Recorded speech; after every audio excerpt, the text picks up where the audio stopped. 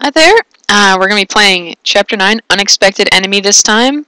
I may actually split the video into two parts this time because I've kind of just been letting them go really long and not paying attention, but should try to make them a little more manageable. You can also see this Chapter 8 here. I actually checked, and in that playthrough, I didn't get any of the reinforcements, so I may do a second playthrough of the last three levels, 8, 9, 10, with that one, just kind of, I guess, show how it's more difficult if you don't do the reinforcements. I mean, the number of shitty level ups our guys have gotten in this playthrough kind of balances out, honestly. Like, several one-stat level ups, it's painful. But this is Unexpected Enemy, and as you may have guessed, the unexpected enemy is... Oh, this is units loading. Sometimes it takes a while. Speed through that. You can see Hector appeared on the map, and he's going to the shops. He's buying some shit. And, you can see that he pretty much doesn't give a shit. He's like, oh, might be trouble here. Meh, not my problem. So he goes off to the Vulnerary shop. Meanwhile, on the boat, and of course you can already see, that screen is full of enemies. Our unexpected enemy is Laos. Which, not so surprising given what they are in canon, but surprising to our heroes who thought Laos was totally not involved in this conflict. And of course, Eliwood is still being all, oh my gosh, I've never seen a city this big in my life, because he's never left his village. Lynn, like Hector, is a little suspicious, but, you know, she brushes her thoughts aside. Lynn, you should have paid attention to your feelings, they were totes right. You can also see this is yet another map. Oh, this is, Cameron, I think, who you meet at the Dread Island canon. He's like a random mini-boss. He's quite a bit harder here than he is in canon, because here, you know, we're not quite as far into the game. I had to nerf him a little to make it doable.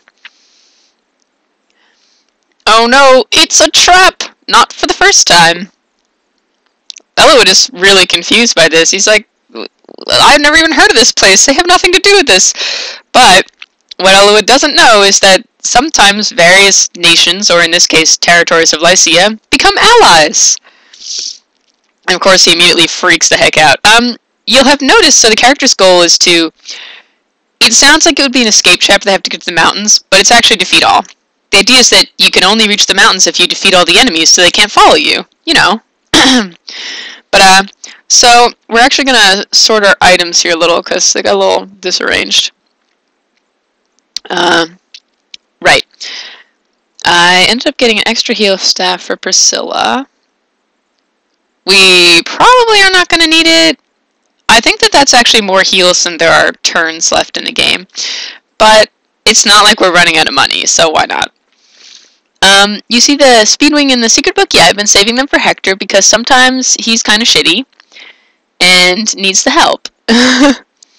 So we'll just give them to whoever needs them the most at the end.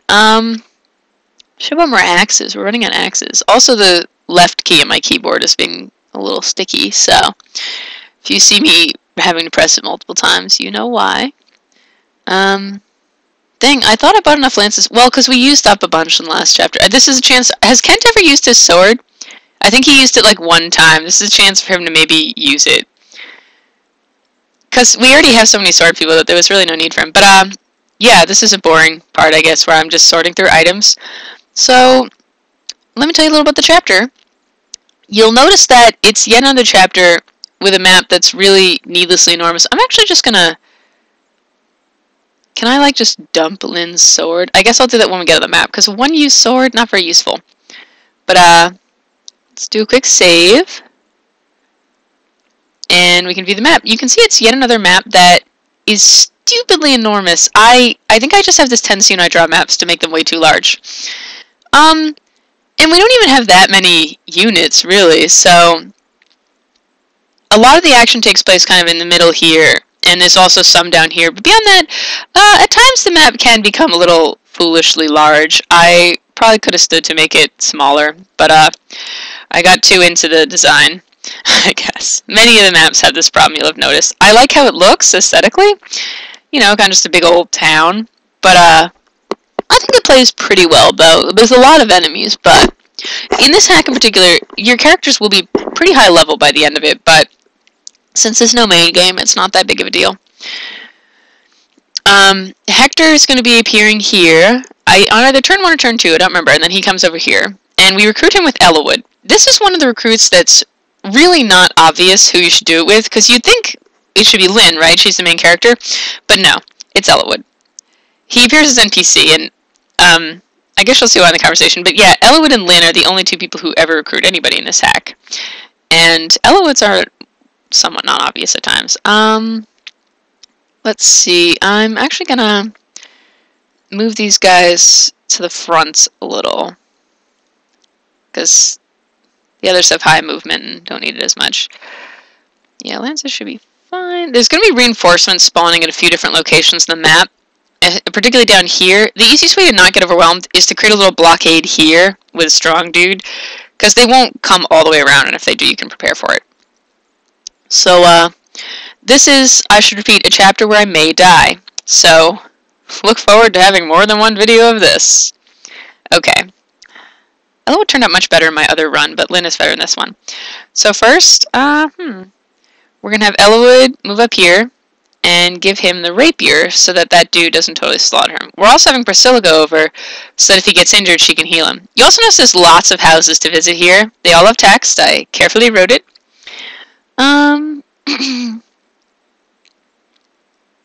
Why not? Oh wow, he actually hit. And she's going to visit this house. It's an old man. See, all of these houses, some of them are pointless, but some of them have things that are sort of subtle backstory. This is backstory that doesn't come up in this hack, but is part of the kind of larger story that I designed it to be part of. So in the mountains near here, he saw a mysterious woman, and we get a red gem, the same color as her eyes. Who do we know in canon who has red eyes, or at least red-ish? Ninian, of course. So yeah. Ninian does have, you'll notice that, you may have noticed it was a little odd considering that, you know, all of the characters I love most are in this hack, and yet there's no Ninian, even though, well, I guess you wouldn't think it was odd because why would you know this, but Ninian is one of my favorite characters in Fire Emblem. I love her. It's like, why isn't she in the hack? Well, this may be a bad decision, but what the hell, I'm going to make it. The reason is that she has a different role to play in the larger story that is probably never going to get finished because it would take a long time. I mean, considering that this tiny, shoddy little hack took me 3-ish years from the time when oh, nice guy, it's the time when I first started learning to hack to when it got to this point, with various breaks in between for school and stuff, but still, you can see that that would be a long-term project, to say the least. Uh-oh, Eliwood is in trouble. And Hector appears at the vendor. It is turn 2. See, he's gonna, like, clear right out of town. You can see he's a hermit who lives in the mountains. So this is why he and Ninian know each other. That's why Ninian was visiting the mountains to see Hector. But you wouldn't know that unless I told you. It's just subtle. Just a backstory reference that is not really understandable, but I enjoy. And this is also an important point. This is what might make you think that Lynn should recruit him. But the thing is that, as you'll see at the end of the chapter, Lynn doesn't know him. She has no idea who Hector is. Now, we want to recruit him right away so that he doesn't run around doing things on his own. So I'm going to have Ninian. She'll take a hit, but then we can recruit him. Because as you can see, he starts at level 8, which is quite good, but you know, he's a mysterious man who carries many secrets. Yeah. Stats are quite good, but still, we want to level him up a bit, because he'll be very useful in the last chapter. So, I love this recruit combo a lot more than I should. I really like it. And, he just sort of, he's another character who, he feels no need to basically ever explain himself. Like, he's not only a mysterious person, he's deliberately mysterious. And I was like, your Eliwood's all like, oh my gosh, you want to fight together? Wow, that's great. He actually kind of likes him. And then Hector immediately says this, just completely pisses him off. Rage! Eliwood is a very enraged person. And then he just leaves. So, my thought on Hector is that he does not, you may as well use the wolf bell, so it's only this next chapter. Get Hector some levels here. He didn't actually initially, I think, intend to make Eliwood angry, but then when he did, he was so amused by it that he just decided to continue doing this for the entire rest of their relationship. So, That's just how they roll. I really enjoyed. I kind of almost wish Hector could have appeared earlier in the hack, even though I felt it didn't really make sense plot-wise, just so I could write those two more. It is entirely possible, and perhaps even likely, that no one but me will find their interactions entertaining, but really like them. So yeah, I guess I'll just show you the boss here. Here's Cameron the Paladin. I didn't change that yet. As I recall, I think I actually nerfed his stats a little because he was actually quite difficult for promoted units. You can see that getting the bottom house and defeat all without getting pursued by the boss is a little tricky, but you can do it. You can use this corridor to kind of attract him up here so someone fast can go down and quickly get the house. It requires a little bit of planning ahead, but not bad. I also like how those docks turned out. I like how that looks. Just tooting my own horn here, I guess. But, sending some guys down there to blockade the bottom. Oh. Wow, like an idiot, I forgot there was an archer there. God. Uh-oh. Eliwood's getting into some trouble here. He's gonna need a heal. Yeah, there are both sword knights and lance knights.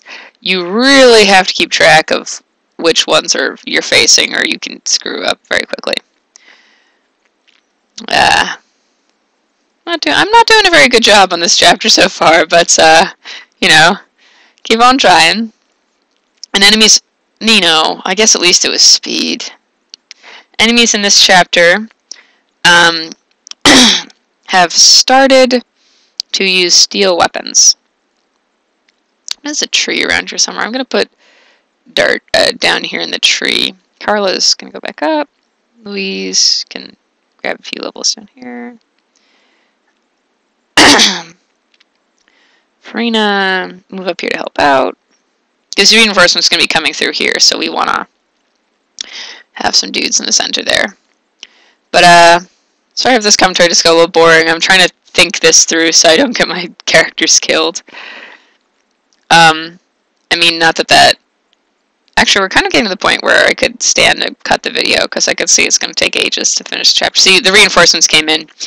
The idea was that they'd, like, ride into position instead of just appearing there, but they look a little silly. But so you can see that a reinforcement appears down here, here, and some here, although that may be a different turn.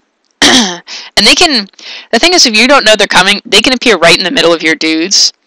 So it's a little tricky, but I think I'm actually going to stop the video here and cut it, and next turn we'll continue Chapter 9, I guess, just to avoid it getting stupidly long.